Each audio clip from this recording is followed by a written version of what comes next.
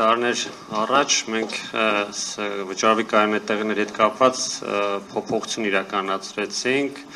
այնտեղ ավելի շատ վարչարության մասը փոխվեց եւ քաղաքապետարանի դիրքը ավելի ուժեղացվեց, պայմանով որ քաղաքապետարանը հսկողություն կիրականացնի այն հատվածներում, որտեղ որ ձայնագրություն է իրականացնում եւ քաղաքացիներին ծանոթացնելուց անպայման կներկայացնի կատարված արարքը ամբողջ տեղողությամբ ձայնագրությամբ, որը իրականացվեց, բայց բացի դա քաղաքապետարանը նաև պարտավորվում էր, որ կայանատեղիներում վճարվի, այլ գործունեություն չեն իրականացվելու, այսինքն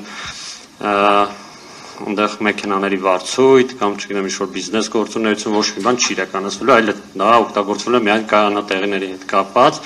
որը չիրականացվեց մինչ օրս։ Բացի այդ նաև արգելա ծողեր կամ չգիտեմ նմանատիպ այլ արգելքներ չի լինելու վարորդների համար, որը եւս չիրականացվեց քաղաքապետարանի կողմից, մինչ օրս վարորդները խնդիրների առաջ են կանգնած։ Այս փոփոխությամբ բացի այն որ գումարի ավելացումը, որի մասով ես ինչ-որ վերլուծություն չեմ անում, ինչու է ավելացել կամ ինչ հիմքերով, բայց այդտեղ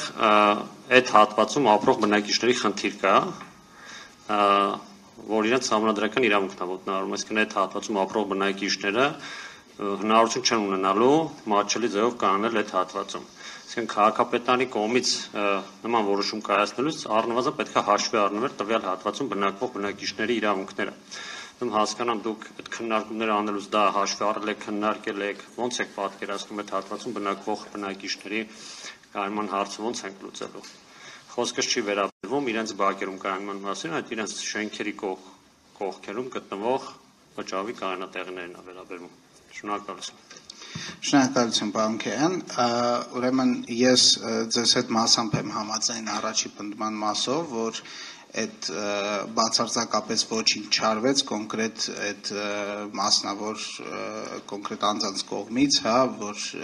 ավել գանձումներ են անում, քաղաքապետարանը այդ մասով աշխատանք կատարում է, ես վստահեցնում եմ, որ եթե չկատարվեր այդ աշխատանքը, շատ հատվածներում եք դուք այդ երևույթը հանդիպելու, բայց արդյոք արվում է բավարար աշխատանք, որ մենք կարող ենք ասել, որ այդ երևույթը վերացված է թե ոչ, դեռևս այդ չափի աշխատանք կամ կարող է ոչ թե քանակի մեջ է աշխատանքի, այլ էֆեկտիվության, մենք այդ խնդիրը դեռ ունենք, այդ մասով կհամաձայնվեմ, բայց գիտեք, երբ որ ցանկացած փոփոխություն ես չեմ ասում դուք հենց դա եք ասում, բայց հաճախ լինում է, որ փորձ է կատարվում կապել ինչ-որ մեկ այլ գոյություն ունեցող երևույթի հետ, որ մինչև այս հարցը իսպառ լրիվ չլուծվի ոչ մի այլ փոփոխություն այս ոլորտում պետքա չարվի, ես բազմաթիվ այդպես օրինակների հանդիպել եմ, չեմ կարծում, որ դա ճիշտ մոտեցում է։ Ինչ վերաբերում է ձեր ասած այդ հատվածում ապրող բնակիչների հետ կապված, այդ հարցը այս պահին շատ ակտիվ քննարկվում է, որտեղ շատերն են այդ հարցը բարձրացնում, որը որ դուք բարձրացեցիք, բայց պետք է նաև հասկանանք, որ ինչպես դուք արդարացիորեն նշեցիք, հաճախ հենց բակերում կայանման հնարավորություն կա, շենքերի բակերում հենց կայանման հնարավորություն կա, ավելին ինչպես ներկայումս, այդպես էլ այս որոշումը եթե հավաքանու կողմից ընդունվի, այդպես էլ 24:00-ից մինչև 9:00 ամեն դեպքում անվճար է լինելու կայանումը, միգուցե կարելի է քննարկել օրինակ այդ ժամերը մի քիչ փոփոխելու, բայց գլխավոր նպատակը կենտրոնի բեռնաթափումն է ու նաև ձեր ասածը որպեսզի իրականացվի, նաև որոշակի տեխնիկական փոփոխությունների անհրաժեշտություն կա, որտեղ ես չեմ կարծում, որ դուք նկատի ունեք, որ օրինակ եթե ես կենտրոնի բնակիչ եմ, բնակվում եմ Աբովյան փողոցում, դա նշանակում է, որ ամբողջ զոնայում իմ համար անվճար պետքա լինի, այսինքն հենց շատ կոնկրետ իմ տան մոտի հատվածը պետքա ձեր ասած տրամաբանությամբ լինի, որը տեղորոշման վերահսկման առումով առնվազն մինչև այս պահը դուք գիտեք, որ տեսահսկման համակարգով եւ որոշակի ծրագրային համակարգով է դա իրականացվում, դա նոր